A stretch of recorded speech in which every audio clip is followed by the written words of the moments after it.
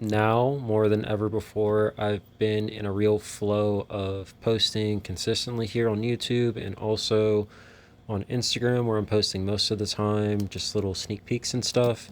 But I took 10 days off to fully just immerse myself in entomology, and it just warmed up here in the Virginia, Washington, D.C. area. And I thought, it's time to pull the trigger and actually grab some larvae, because we are going to be breeding beetles. And I never even like looked into it before, but when I was a kid, uh, one of my favorite Pokemon was Heracross. It was like one of the first Pokemon that I caught in Pokemon Gold. I had Pokemon Red and Yellow, but Pokemon Gold was like my ultimate. It was my favorite.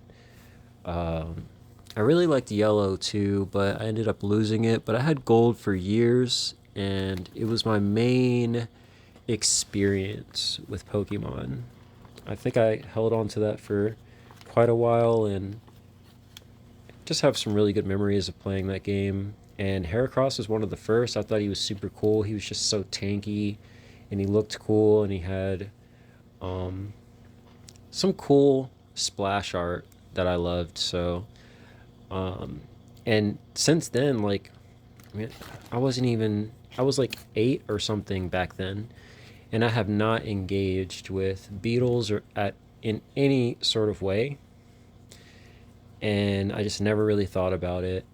I guess Cell from Dragon Ball Z is a beetle, and I also kind of consider this is where the biggest connection was, where I really like Gundams, which are giant mechanical robots, and I think beetles are small.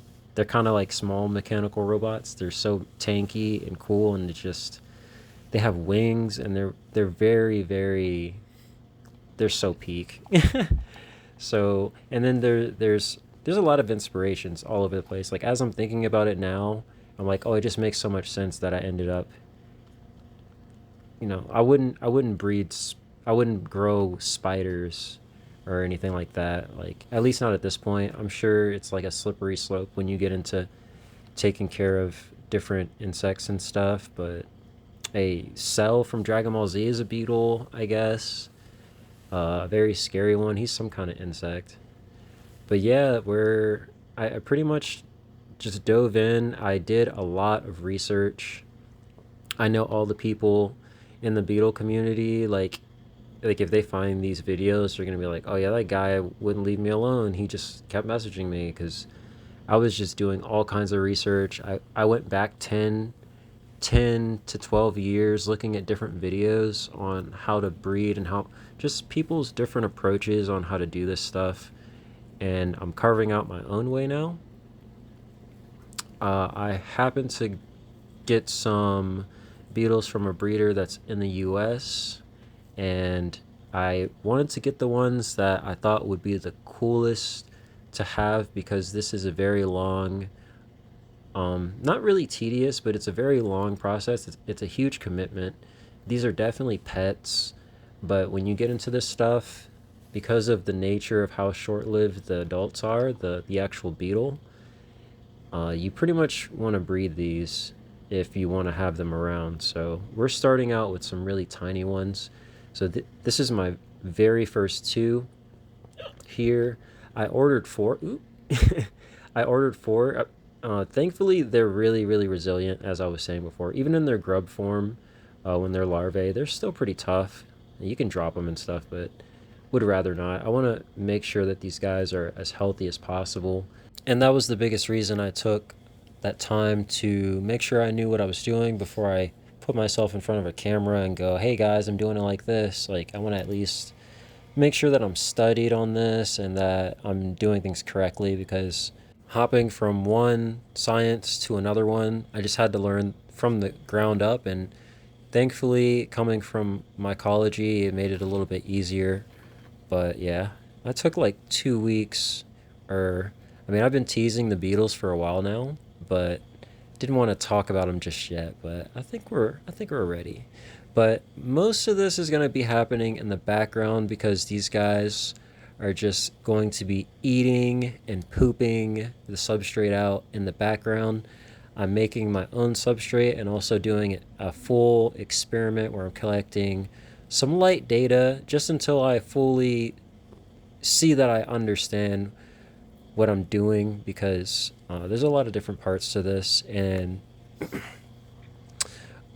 beetles have multiple stages of life, so you kind of have to learn them like step by step. So just getting it all started, because the longer I wait, the longer, that loop is going to take. Now, we looked at 2 of the 4 larvae that we ordered, and the other 2, they were in like that small cup, and they were really small.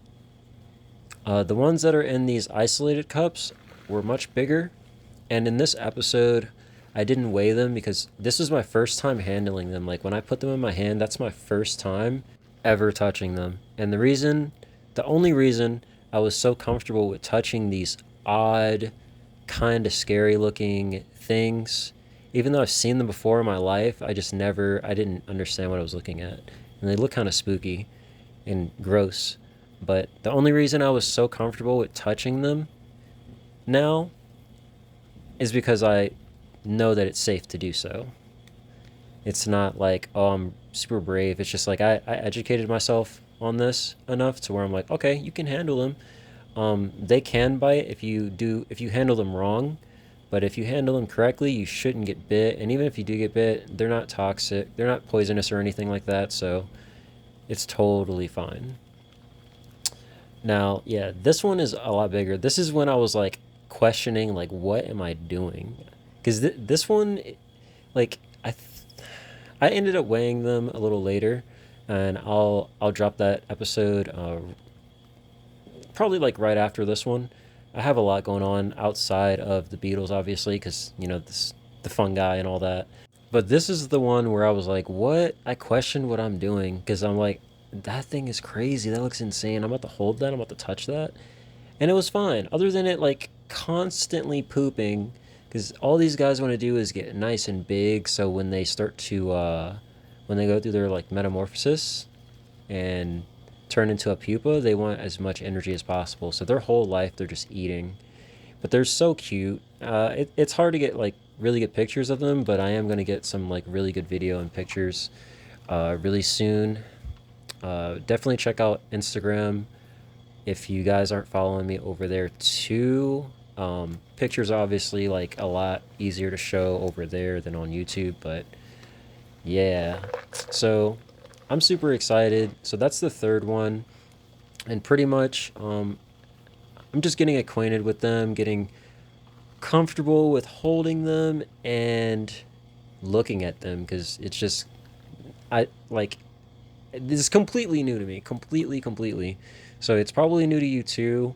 So we're both learning together. I'm a little bit backlogged because of the whole 10 days thing, but I got a lot of content coming that's pretty interesting, and I'm kind of making sure I like vet my own work, making sure that if you guys are new to this, that you can actually learn a thing or two from this and not just be like, what is going on? So yeah, so this is the last one.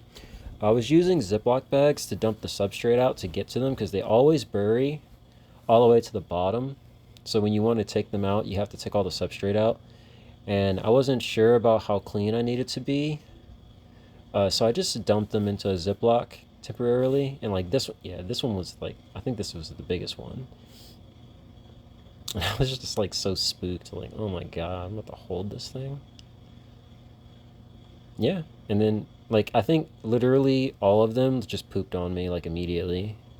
Like every time I look at this specific species, they always are pooping. Not as much as the stags, apparently, but yeah, see ya, pooping right now, and he's just looking for more stuff to eat.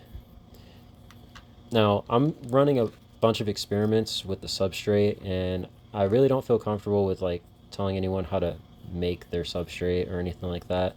But I am collecting a ton of data so that I can become confident in doing that, because it's like the main part of this. It's really important to have really good substrate, since they live and eat in it, live in it and eat in it. But yeah, really excited for where this is going. It may not make any sense quite yet, but trust me, there's a lot going on. I have a bunch of announcements. I just have like way too much on my hands right now, but be sure to like and subscribe for more. This will all make sense soon, I promise you. And I will catch you guys later this week. See you.